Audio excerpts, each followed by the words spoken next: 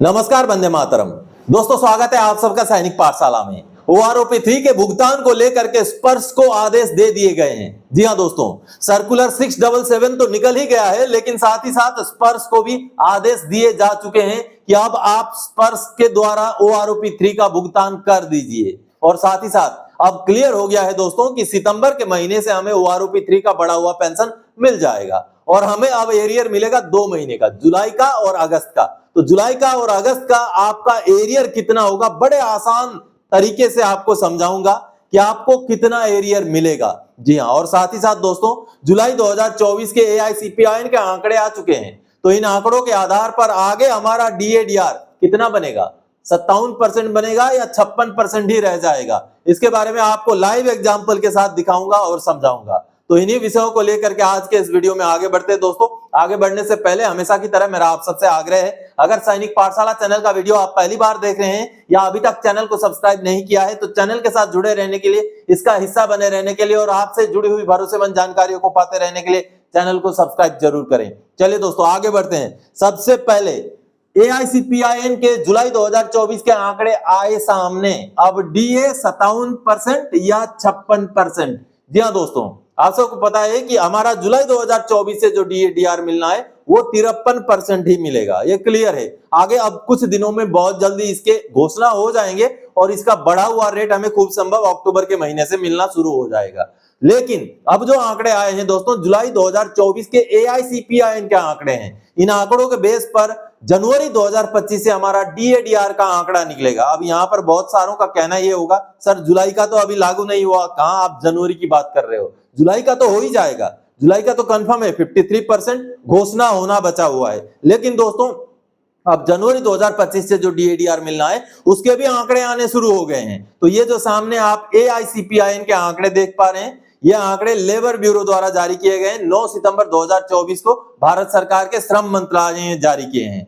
तो इन आंकड़ों पे अगर आप जून और जुलाई महीने का अगर कंपैरिजन देखेंगे, नीचे आपको जून और जुलाई महीने का ये जो कंपैरिजन दिखाई दे रहा है, इसमें जून के महीने में 141.4 का आंकड़ा था, जो बढ़ करके जुलाई के महीने में 142.7 हुआ है। काफी बड़ा उछाल तो है, लेकिन क्या इन आंकड़ों के बेस पर अब हमारा डीएडीआर आने वाले समय में 57% हो जाएगा? क्या 4% की बढ़ोतरी होगी या इससे भी ज्यादा की बढ़ोतरी होगी, या बढ़ोतरी केवल 3% की रह जाएगी? ये मैं आपको लाइव दिखाऊंगा, जस्टिफिकेशन के आधार पे समझाऊंगा। चलिए, एक छोटा सा रिपोर्ट है, उसको देख लीजिए। दोस्तों, ये लाइव डीए कैलकुलेटर है, जहां पर हम देख पा रहे हैं कि जून 2024 तक के जो एआईसीपीआईएन के आंकड़े थे, उस आंकड़ों के बेस पर 53.36 डीएडीआर का परसेंटेज बन गया है। यानी कि हमें जुलाई 2024 से जो डीएडीआर मिलेगा वो 53% के हिसाब से मिलेगा। इसकी घोषणा अभी कुछ ही दिनों में हो जाएगी।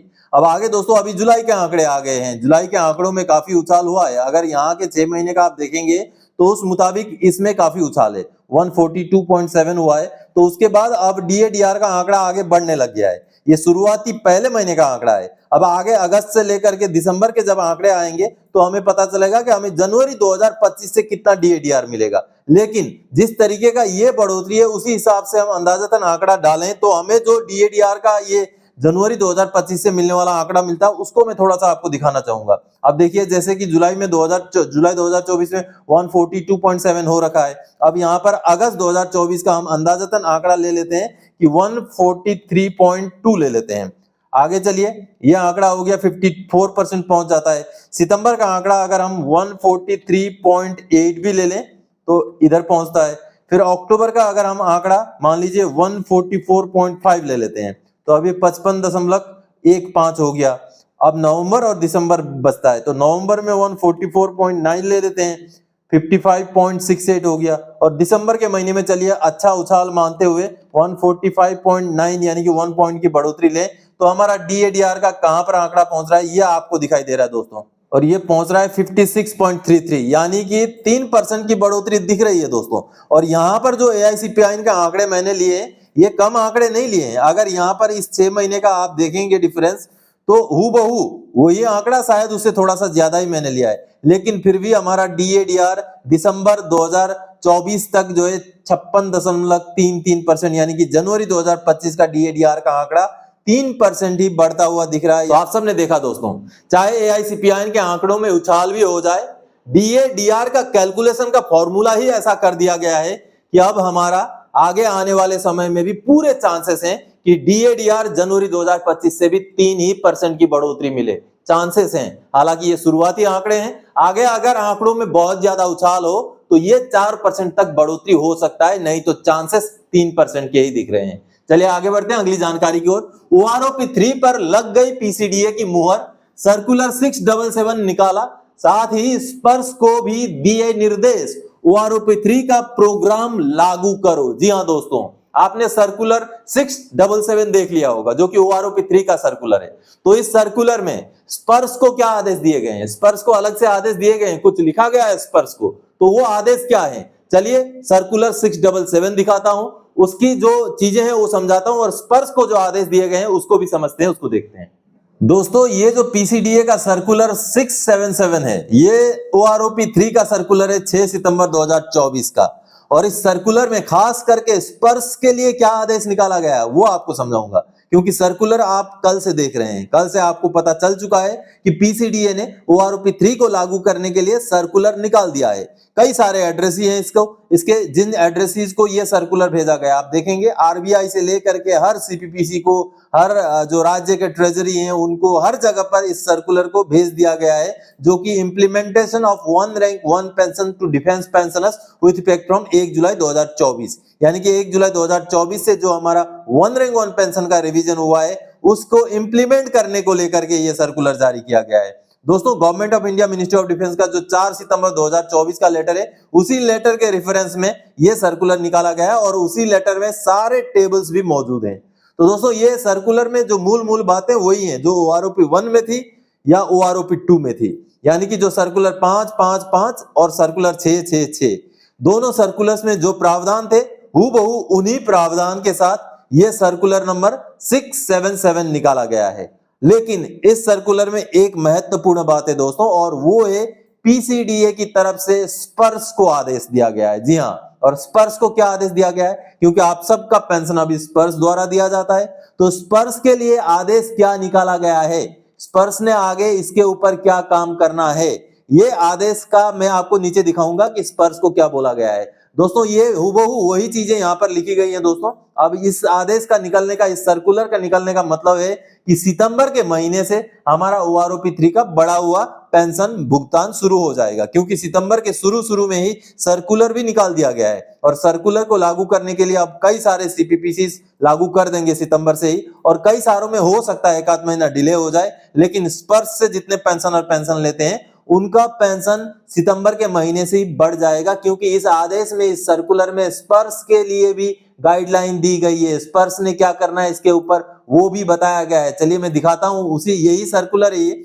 सर्कुलर का अगर यहां पर आप 29 नंबर एड्रेस लिस्ट आप देख पा रहे हैं, इस 29 नंबर एड्रेस लिस्ट में स्पर्श के लिए खास करके क्या बोला गया है ये देखिए दोस्तों। स्पर्श को बोला गया है द OIC ऑफिसर इंचार्ज स्पर्श कोर, इनको क्या बोला गया है? फॉर सुइटेबल अमेंडमेंट इन स्पर्श प्रोग्राम, यानी कि स्पर्श का प्रोग्राम में अमेंडमेंट कर दीजिए। जी हां, स्पर्श को क्लियर आदेश दे दिए गए हैं PCDA की तरफ से, हालांकि PCDA का ही एक पार्ट है स्पर्श भी, तो स्पर्श को ये आदेश दे दिए गए हैं कि आप अपने प्रोग्राम में अमेंडमेंट कर दीजिए। जिनका पेंशन में बढ़ोतरी हुआ है उनका बढ़ा हुआ दर से आप प्रोग्राम अमेंड कर दीजिए। और अगला जो हमारा एडवांस इंटीमेशन का मैसेज आता है दोस्तों, जो हमारा पेंशन का एडवांस इंटीमेशन का मैसेज जो अमूमन 21, 22, 23 के आसपास आ जाता है, उसमें भी पूरे अब चांस हो गए दोस्तों कि OROP3 का रिवाइज किया गया पेंशन का मैसेज हमें आएगा और सितंबर महीने का जो भुगतान होगा वो दोस्तों OROP3 के रेट से ही हो जाएगा। तो आप सबने देखा दोस्तों कि स्पर्श को प्रोग्राम लागू करने के आदेश मिल चुके हैं।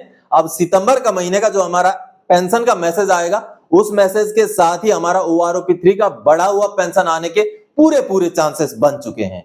चलिए आगे बढ़ते हैं। अब समझाता हूं आपको कि आपने आपका 2 महीने का एरियर कैसे कैलकुलेट करना है। बहुत आसान भाषा में आसान तरीके से आपको समझा दूंगा। चलिए जुलाई और अगस्त का OROP3 का एरियर आसानी से करें कैलकुलेट। वैसे मैं कुछ रैंकों का आंकड़ा बता दूं, जैसे सिपाही अगर 17 साल जिनको 18,807 मिलता था, उनकी जो पेंशन में बढ़ोतरी हुई है उनको अभी 4,968 रुपए 2 महीने का एरियर मिलेगा, जुलाई और अगस्त का। और खूब संभव दीपावली से पहले पहले मिल ही जाएगा दोस्तों। हो सकता है सितंबर में ही मिल जाए, हो सकता है अक्टूबर के 15 के आसपास मिल जाए। तो चलिए, नायक जिनका 22 साल सर्विस है 6,975 उनका एरियर 2 महीने का होगा। हवलदार जिनका 24 साल सर्विस है 7,518 रुपए उनका एरियर होगा। ऑनररी नायब सूबेदार जिनका 24 साल सर्विस है 2006 से पुराने ऑनररी नायब सूबेदार, उनका होगा 5,964 रुपए 2 महीने का एरियर। आगे मैं कैलकुलेशन भी समझाऊंगा कि किस तरीके से आपने निकालना, बिल्कुल आसान है, बहुत ही आसान है। चलिए, और नायब सूबेदार का कितना होगा दोस्तों, मैंने 26 साल वाले नायब सूबेदार का निकाला है 6,225 रुपए का एरियर। और सूबेदार का, ये सूबेदार हालांकि 2014 जून से पहले के सूबेदार के पेंशन में कोई बढ़ोतरी नहीं है, लेकिन जिनको OROP 2 का फायदा मिला था और OROP 3 में अब थोड़ा बहुत जो फायदा मिलेगा उनकी बात कर रहा हूं, उनको 1,500 रुपए का एरियर मिलेगा। और दोस्तों सूबेदार मेजर को 10,950 रुपए का एरियर मिलेगा, जिनको OROP 2 का फायदा मिला है और आगे OROP 3 का फायदा उनको मिलने जा रहा है।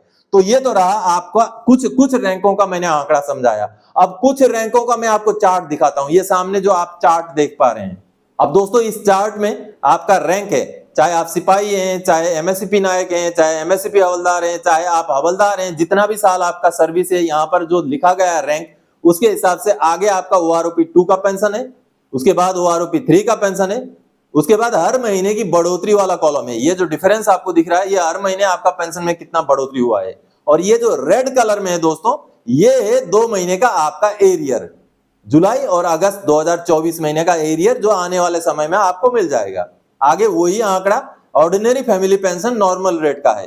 तो आपने अभी चार्ट देखा दोस्तों, चार्ट में भी कुछ ही लोगों का था और वो भी वाई ग्रुप का था, लेकिन अब आपका कितना भी पेंशन हो, पेंशन में जो बढ़ोतरी हुआ है उसके हिसाब से आपका 2 महीने का जो एरियर है वो कैसे निकालना है, बिल्कुल चुटकी में निकल जाएगा।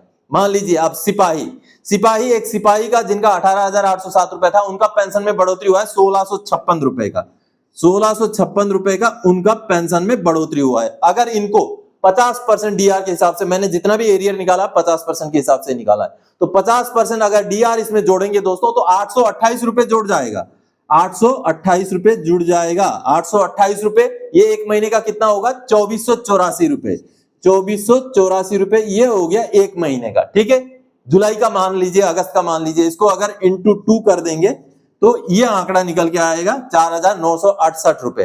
ठीक है, ये तो हुआ, मैंने पूरा डीए-डीआर का समझा के आपको बताया। लेकिन अब आपको आपका जितना भी पेंशन में डिफरेंस है, OROP 2 और OROP 3, आपका जो पहला आप पेंशन ले रहे थे और अभी आपका जो पेंशन बनेगा, उसमें जो भी अमाउंट का डिफरेंस है, मान लीजिए आपका वहां पर डिफरेंस 500 रुपए का है, फॉर एग्जाम्पल आपका अगर 500 रुपए का डिफरेंस है तो उसको आपने गुणा कर देना है 3 से। जैसे 3 से गुणा कर देंगे, जो भी रिजल्ट आएगा वो होगा आपका 2 महीने का एरियर। क्योंकि दोस्तों डीए 50% है, यानी कि 500 का डबल हो जाएगा। 2 महीने का बेसिक पेंशन में बढ़ोतरी होगी 1,000 रुपए और उसका आधा आपको डीए मिलेगा, 50% डीए है। तो इसीलिए बोल रहा हूं, जो भी आपका पेंशन में डिफरेंस है, पुराना पेंशन और अभी OROP 3 का पेंशन, जो भी डिफरेंस है आपका, मान लीजिए अगर 1,200 रुपए का डिफरेंस है तो इंटू 3 कर दीजिए, 12 या 3,600 रुपया आपको मिलेगा एरियर 2 महीने का, जुलाई और अगस्त का। तो ये था एक आसान सा फॉर्मूला जिससे आप 2 महीने का एरियर कितना मिलेगा, चाहे किसी भी ग्रुप के हैं आप, चाहे किसी भी आप लेंथ ऑफ सर्विस के हैं, किसी भी आप रैंक के हैं, आपका पेंशन का डिफरेंस निकालिए, उस डिफरेंस को 3 के साथ गुणा कर दीजिए, वो होगा आपका 2 महीने का एरियर OROP 3 का। तो दोस्तों आज के इस वीडियो में इन्हीं जानकारियों के साथ आया था। आगे और कोई जानकारी दें आपसे सरोकार रखने वाला विषय लेके मैं फिर से हाजिर हो जाऊंगा। तब तक के लिए जय हिंद दोस्तों।